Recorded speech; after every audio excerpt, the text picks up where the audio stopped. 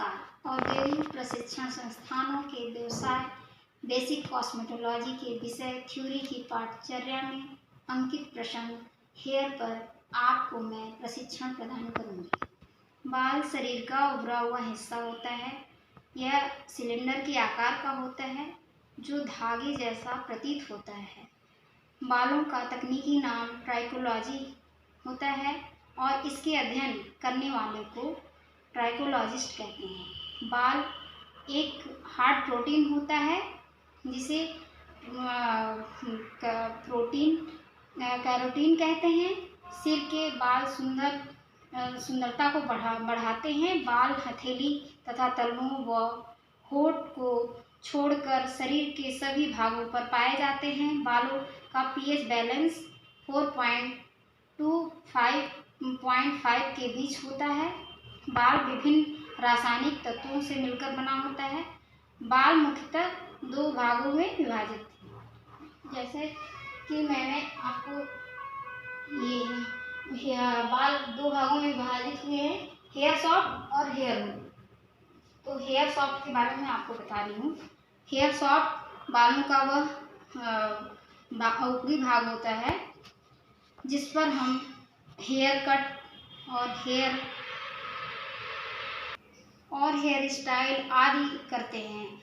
इसको भी 3 भागों में विभाजित किया गया है। जैसे पहला है क्यूटिकल, कॉर्टेक्स, मेडुला।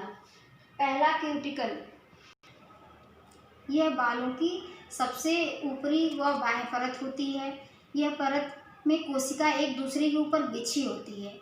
इसका मुख्य कारण बाहरी पदार्थों को न तो अंदर आने देता है और न ही आंतरिक पदार्थों को बाहर जाने देता है।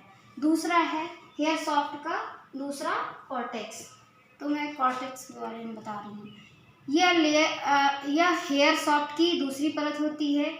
इसे मुख्य परत भी कहा जाता है और यह इसी लेयर में कलर पिगमेंट उपस्थित होते हैं जिस पर हमारे बाल का रंग निर्भर करता है और यह हमारे बालों को कलर प्रदान करता है। इसी परत के अंदर केमिकल सर्विस द्वारा आर्टिफिशियल पिगमेंट डिपॉजिट करते हैं, अर्थात केमिकल सर्विस का प्रभाव इसी लेयर पर पड़ता है। अब हेयर सॉफ्ट का तीसरा है मेडुला। मेडुला यह हेयर सॉफ्ट की अंतिम परत है जिसके अंदर कोशिकाएं गोलाकार अवस्था में होती हैं।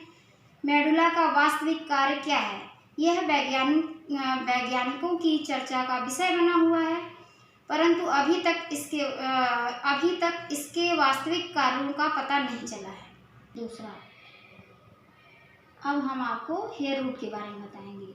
यह बालों का आंतरिक भाग है जो त्वचा के अंदर होता है और बालों को बढ़ने में मदद करता है। और हेयर रूट को भी हम 3 भागों में विभाजित करते हैं, जैसा कि मैंने ये hair follicle, hair bulb, hair papilla. तो पहला है हेयर फॉलिक। हमारे बाल एक ग्रंथि के अंदर बंद होता है जिसे हेयर फॉलिकल कहते हैं। यह त्वचा में यू आकार की झिल्ली के रूप में होता है जो कि बालों की त्वचा की सतह पर तक पहुंचता है। प्रत्येक बाल के लिए फॉलिकल आवश्यक होता है। इसकी संख्या त्वचा और सर की मोटाई पर निर्भर होता है। दूसरा है नेक्स्ट हेयर बल्ब। यह कोशिका का बना एक गुच्छा होता है जो हेयर रूट के सबसे नीचे पाया जाता है। हेयर बल्ब से स्वीट ग्लैंड और पैपिला जुड़ा होता है। तीसरा है हेयर पैपिला। यह हेयर फॉलिकल में सबसे नीचे पाया जाता है तथा हेयर बल्ब से जुड़ा होता है। पैपिला को न्यूट्रिशन हाउस कहते हैं। पैपिला ही बालों से रक्त नलिकाओं से शुद्ध रक्त के रूप में प्राप्त होता है, इसीलिए इसे मदर ऑफ हेयर भी कहते हैं। इस टाइप्स ऑफ हेयर, बालों के प्रकार। पहला oily, dry hair, normal hair, combination. पहला है ऑयली हेयर। ऑयली हेयर वे बाल होते हैं जिसमें स्वीट ग्लैंड की सक्रियता अधिक होती है अर्थात ऑयल ज़रूरत से ज़्यादा निकलता है। इसकी वजह से स्कैल्प हेयर ऑयली हो जाते हैं। कभी कभी यह समस्या धूल मिट्टी पड़ने के कारण परिवर्तित हो जाती है।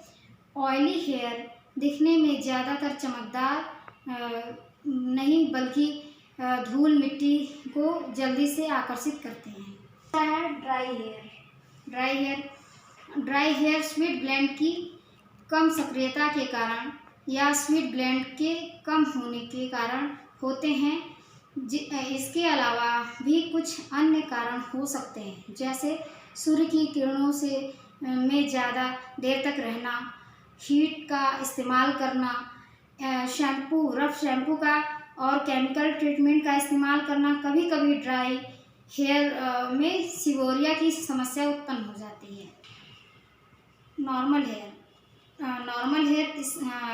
नॉर्मल स्किन की तरह होते हैं, न तो रूखे होते हैं और न ही तैलीय।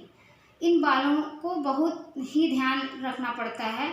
थोड़ा सा भी अगर तेल की अधिकता हो जाए तो ये बाल बहुत ज़्यादा तेली दिखते हैं और चिपचिपे हो जाते हैं।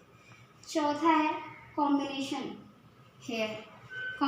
हेयर वे कहलाते हैं जिसकी स्कैल्प ऑयली और रूट ड्राई होते हैं। यह समस्या में सीबम ऑयल बालों के एंड तक नहीं पहुंच पाता, जिसके कारण बाल प्राकृतिक ऑयली से वंचित रह जाता है। मैंने आपको बालों के प्रकार के बारे में बताया है। अब उसके ट्रीटमेंट और बालों की सावधानियों के बारे में बताएंगे कि बालों को हम कैसे अच्छे सुंदर और अच्छा बनाएं। तो treatment for different type of hair. बाल भारतीय नारी की सुंदरता का अभिन्न अंग माने जाते हैं। काले लंबे घने व बालों पर भारतीय नारी गर्व करती है, अतः बेजान बाल सुंदरता को फीका करते हैं। इसका व्यक्तित्व पर बुरा प्रभाव पड़ता है, इसीलिए बालों की देखरेख अत्यंत आवश्यक है। परंतु पर्याप्त जानकारी के अभाव में इसका सौंदर्य बरकरार नहीं रह पाता। बालों को अधिकतर समस्याएं हमारी लापरवाही व जानकारी के अभाव में जन्म देती हैं। बालों की देखभाल हम निम्नलिखित बातों को ध्यान में रखकर और अपना कर सकते हैं। शैम्पू या कंडीशनर के अनुसार करें। जैसे नॉर्मल हेयर के लिए नॉर्मल शैम्पू का प्रयोग, संतुलित आहार का सेवन करें। जैसे ऑयली हेयर है तो ऑयली भोजन की मात्रा कम लें। जैसे ऑयल हम कम खाएं। ऑयल अगर हम कम खाते हैं, हमेशा अक्सर देखा गया है कि ऑयली हेयर होते हैं, तो अगर ऑयल का प्रयोग हम ज़्यादा करते हैं तो ये होता है कि मेरे बाल ऑयली हो जाते हैं, चिपचिपे हो जाते हैं। इसीलिए हमें ऑयल की मात्रा थोड़ी कम कर देनी चाहिए। बालों में चमक लाने के लिए विटामिन ई की टैबलेट खाएं और उससे विटामिन ई की कैप्सूल आती है जो बालों में लगाई भी जाती है और खाई भी जाती है। बालों को धोने के बाद उन्हें आप उसे अपने से ही सूखने दें। ये ना कि हम उसको रगड़ के सुखाएं, टॉवेल से जैसे हम रगड़ते हैं सुखाते हैं उसको, तो वैसा नहीं करना है। नहीं तो उससे क्या होता है कि बाल दो मुँहे हो जाते हैं और बहुत अजीब से हो जाता है। जो अपने से बाल सूखता है तो स्ट्रेट होता है और बालों की जो ऊपर की लेयर होती है वो रफ नहीं होती है, बहुत अच्छी बनी रहती है। ड्रायर या धूप आदि से बाल ना सुखाएं। ड्रायर से क्या होता है, जो ड्रायर से गर्म हवा निकलती है उससे बाल पे बुरा असर पड़ता है और वो रूखा बना देता है बिल्कुल बालों को तुरंत। और धूप में भी सुखाएंगे तो वही समस्या, दो मुँहें, बालों की चमक चली जाती है, बालों के हल्के से कलर चले जाते हैं। तो इसीलिए हमें ड्रायर और धूप से बालों को धूप में सुखाने से बचाएं। दो मुँहें, रूखे और बेजान बालों के लिए विभिन्न प्रकार के शैम्पू अपनाने की बजाय हमें ताज़े फल, सब्जियां तथा प्रोटीन अधिक मात्रा में खाना चाहिए। रूखे बालों में जितना अधिक हम ब्रश करते हैं वो अच्छा होता है। इससे त्वचा का रक्त संचार बढ़ता है और बालों में चमक आती है। कहा जाता है कि बाल में दिन भर में कम से कम हेयर ब्रश जो आता है मिलता है मार्केट में, वो उससे हम 100 बार ब्रश करना चाहिए। अगर हम 100 बार ब्रश करते हैं उससे क्या होता है कि बालों की जो जहाँ से पोर्स बंद होते हैं वहाँ से वो अच्छे से खुल जाते हैं, और जो भी स्कैल्प पे, खोपड़ी पे, सर की त्वचा पे वो डैंड्रफ या कुछ ऐसा कोई भी कण वहाँ पे रह गया है वो अच्छे से साफ होके झड़ के निकल जाता है। रूखे बालों में सप्ताह में 2 बार बादाम, जैतून, नारियल का तेल आदि से मसाज करनी चाहिए। रूखे बालों में चमक लाने के लिए सिरका, नींबू का रस और दही मिलाकर बालों में लगाएं और आधे घंटे या 1 घंटे के लिए उसे रखें और उसके बाद शैम्पू कर लें। प्रतिदिन 10 से 12 गिलास पानी पीना चाहिए। तेलीय बालों में आधा कप गुनगुना पानी में 3-3 चम्मच नींबू का रस और सिरका मिलाएं और इसे उंगलियों की सहायता से बालों में अच्छे से अंदर, बालों की जड़ों में ऐसे करके अंदर से अच्छे से लगाएंगे उंगली की सहायता से।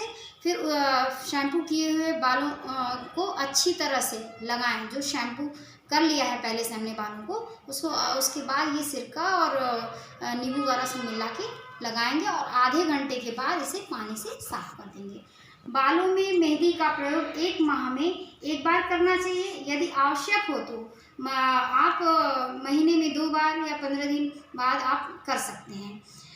बालों को हमेशा साफ रखना चाहिए। तेलीय बालों को नियमित रूप से हर दूसरे दिन शैम्पू करना चाहिए। चिंता कम करें, पेट साफ रखें। अपने आहार में तेज़ मिर्च मसाले और खट्टे और जलन वाले जो भी खाना, बहुत तीखा पदार्थ हो, ऐसे मिर्च मसालों का सेवन बंद कर दें।